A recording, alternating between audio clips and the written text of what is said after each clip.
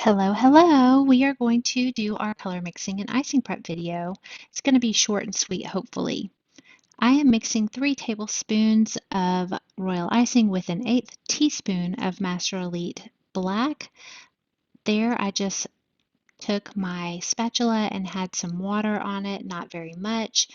And you have to touch the powder of the Master Elites with water, basically mixing in the color to activate it. This is very black already. I've probably got too much color to my icing. So with these colors and really with all Master Elite colors, I highly recommend letting them sit for 20 to 30 minutes after mixing them and before you decide whether or not you've got the right color. So this right now is going to deepen a couple of shades. If this had been sitting for 30 minutes and was this dark gray color, I would be done. You want to have black be dark gray whenever it's wet because it will dry darker, and that also will prevent bleeding if it's dark gray versus dark black. Now, as you see here, once I opened the lid, the icing was very dark black, so I have added some more white icing back into it. It's a lighter gray shade than what I am wanting. So I'm just going to let it sit for about another 20 minutes and just see what happens. Next up is our green. I'm using the Sugar Arts Emerald Green here. I'm putting one small drop. Actually, what we needed was just a regular drop. I've got more than a tablespoon of icing in this mixing bowl, so keep that in mind when you're making your icing for my class. I've got about 3 tablespoons of icing. But one good size drop to a tablespoon of icing will get you a pretty deep green color. And I'm mixing this, playing around with it, seeing what color I get. All this icing is straight out of my mixer. Here I'm adding a second drop of green. This is all straight out of the mixer. This is what my icing comes off the mixer looking like. It is a soft, stiff consistency is how I would describe it. It's good for microflorals. It's good for greenery. It's good for florals that you don't really mind so much if they soften up a little bit, such as tipless florals. Now again, I'm using about 3 times the amount of icing in this little bowl than what my recipe for the class calls for, so don't be alarmed. Now I'm on my 3rd drop of color, and here I am adding some of that black royal icing. You see how dark that black got? I'm adding black royal icing to deepen the green tone. So when you hear people say add black to your color, they do not typically mean add black straight up food color. They mean to add black colored icing. So that is going to deepen up that green tone. I'm happy with it. I've let it sit for a while, and as you see, it is a really pretty shade that is complementing my pinks that I have already mixed that you guys have not seen yet. So this is a stiff consistency. I'd call it a soft stiff. It would be perfect for leaves and greenery, outlines, things like that. It'd actually be a little bit too stiff maybe for outline, but we're going to go with it anyway. So I'm filling it in my tipless bag. I love Wonderfully Delicious bags. They're my absolute favorite. I like a softer bag. I've never had issues with them popping, and I love that they have the smallest seam. That's what really sold me on these bags. I always trim the end of my bags. Next up is our Sugar Art True Brown. Again, I've got a lot more icing than 2 tablespoons in this bowl, and I've started off with 1 drop. When I made these colors, the Sugar Art gels were very new to me, so I had to work with them a little bit as I was designing this class. So I'll end up adding some more brown to this icing to deepen it, and then once again, I'm going to add some actual black icing to deepen it a little bit further. And again, these colors do intensify quite a bit with sitting. A lot of times, various brands with the really dark colors, they do intensify, but with the Sugar Art, they all intensify. So I don't recommend, if you're using the Sugar Art, using a single bowl mixing method, simply because these colors need to sit and develop for about 20 to 30 minutes. So what I do, now I'm adding my black. I'm going to get my darker brown tone here. So what I do when I'm making icing is I have several of these bowls. I mix it. I put the lids on it. I also personally prefer not using a single bowl method because I make various consistencies. So I always start off with my thickest consistency and then I'll divide that up into what I want for florals or outline or flood. So now I'm taking this stiff consistency black and I'm going to make a outline slash hybrid consistency. It's actually going to be more of an outline consistency with it. So I've got my little bowl of water right next to me, and this is how I mix my water in my royal icing, although I typically just have it my sink running. I'll put my spatula underneath the running water and then put some of that water from my spatula into my icing.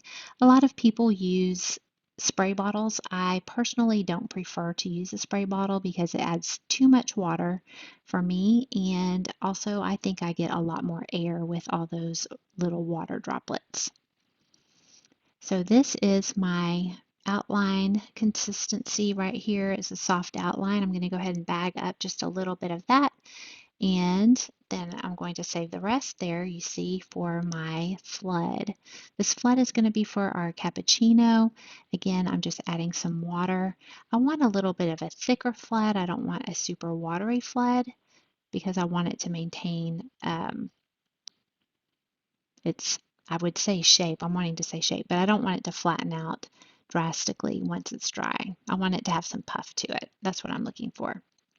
So here you'll see I'm going to have a little bit thicker flood, but it's easily workable, and brown separates drastically. So I have learned over time not to make brown flood what I would normally do for a loose flood because it will turn into water.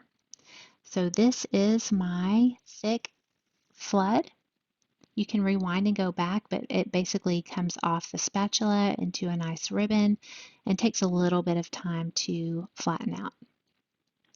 Next up is our hot pink. Again, I've got a lot more icing in here than what I have given you that you'll need for your cookies because I was playing around.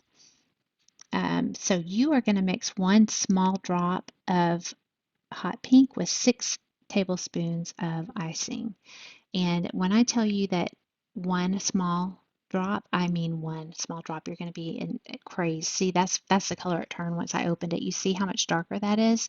Go back and look at that. This was after I let it sit for 20-30 minutes.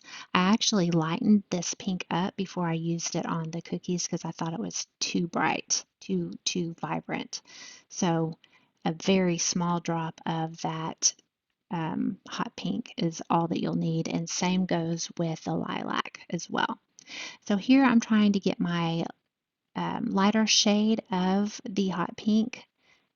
I've just used a little bit of white icing, and I'm taking some of that dark hot pink and adding it to the white icing to make my lighter shade.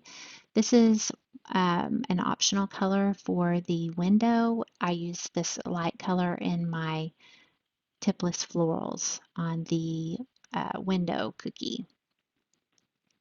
So because we're going to be using tipless florals, I don't need this icing to be super stiff. In fact, I want it to have a little bit of give. So quite honestly, that right there is perfect. I'll bag that for my tipless florals, and you could see that it did have a little stiff peak, but it wasn't just hard. It wasn't a hard peak. So this is the hot pink that I lightened up with some additional white icing. It is lighter than what was just in the previous screen, and I'm making my floral consistency. So I have a heaping tablespoon of powdered sugar. So what you do to make floral icing is you add back more powdered sugar to your already fresh stiff icing. You always want to use fresh icing when you are doing florals because icing even 5, 6, 7 hours old begins to separate, let alone a day or two. So I'm getting a stiffer icing here, but not quite enough, so I've added another heaping tablespoon of powdered sugar. And I'm just gently trying to mix this. Again, I've got a lot more icing than what I've told you guys that you'll need, but because I'm messing around with my icing and trying to figure things out here with this for the class. So don't mind how much icing I have. So I'm pulling my spatula up and I'm looking for a stiff peak that does not move, and that was it. Now I'm taking what's left after I've mixed up after I've taken out my stiff, um, this was what was left of the regular icing before I took out what I needed for stiff on the hot pink, and I'm just adding back some water so that I can get a thick flood. Pinks, purples, browns, and yellows, and oranges, goodness, it sounds like all the colors, and blues, separate so much on any brand color, but pinks and browns to me do the very most. So I typically will keep those a little bit thicker flood than what I usually use. Plus I want our flood to be thick so that we have lots of good dimension. That right there is a good outline consistency.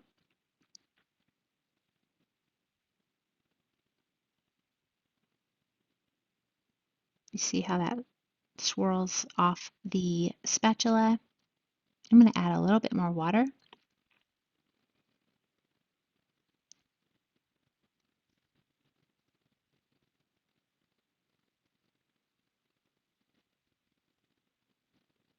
And I'm looking for a hybrid consistency right now. So a hybrid flood. So it'll have a very soft serve curly Q on top, but it will also flood back into itself. And especially if it's jiggled, it will flood back into itself. So still adding a little bit of water here. You can see that the icing's much looser. It's starting to flow off the spatula, but not falling completely flat like a flood would. But when I'm jiggling my spatula, it does go flat. So next up is our lilac. Again, you just need one small drop. I've got more icing than 3 tablespoons. Well, I actually probably have about 3 tablespoons of icing in this mixing bowl, and I've used 1 drop of lilac. And letting it sit, you will see that it does develop deeper. I lightened it up after it developed deeper. Personally, I wish that I had kept the deeper color of the lilac and not lightened it up, because the lilac with the hot pink look very similar. And having the lilac stand out was actually very beautiful. So it's up to you if you want to tone down this lilac or keep it how it is once it's developed. But if I were to do it over again, I would keep it how it develops. So on my spatula right now is the developed lilac, and as you can see, it is significantly darker than what it was when we first started. And I've added a good sized dollop of that lilac to just some white icing so that I can make my pastel lilac or my lighter shade of lilac again for the window cookie. And I don't need it to be super stiff, but as you could see on the spatula, it was pretty stiff. Now here's my lilac after it developed, again significantly darker, and so I went back to it and added just a little bit of white, probably a tablespoon and a half of white. And this is where I'm saying it looks beautiful by itself, but next to the pink it's very similar. So I wish I had kept it darker. Hindsight, right? But do as you please. I'm looking at the stiffness of it. I've taken some out to reserve for floral stiff, and then what's left right here, I'm adding some water and just making a hybrid. I'm not doing outline and flood on this, it's just going to be a hybrid.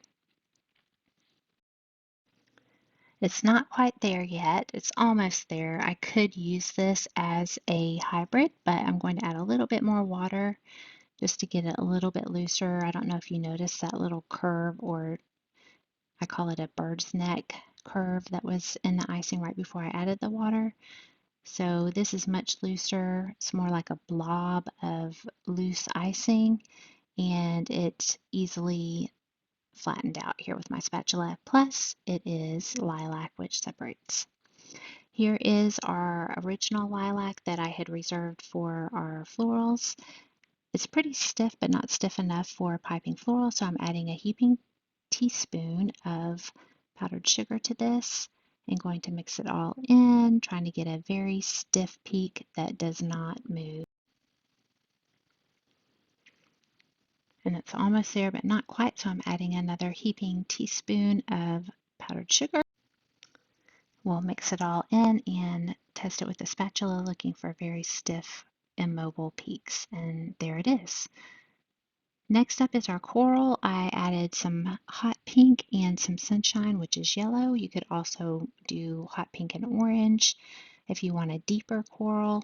I was afraid of the hot pink, so I actually put a drop of hot pink and then took half of it out there. That's why the pink looks kind of smeared. As you can see, I needed the pink, so even though this was a small amount of icing to mix with the yellow to make it pink, I didn't have enough pink for this. So I'm mixing this in, and I end up adding a second drop of pink to get the perfect coral for our tipless floral on the Eiffel Tower. So here I am adding back some more pink that I should have left, but hindsight's 20/20, right? And it looks like it's going to be overly pink at first. It's a little bit worrisome, but as I keep mixing, that yellow blends in more and more, and it actually turns out to be a gorgeous coral shade. Look at that. It's magic. So once you have mixed your floral icings, I suggest that you use them within a few hours. And if you're not going to use them right away, stick them immediately in the freezer once you have bagged them. Otherwise, you can separate out what you're going to use for florals in a Tupperware bowl. And then the day that you're going to make florals, go ahead on that day and add your powdered sugar to get the right consistency. And that way you're using them right away.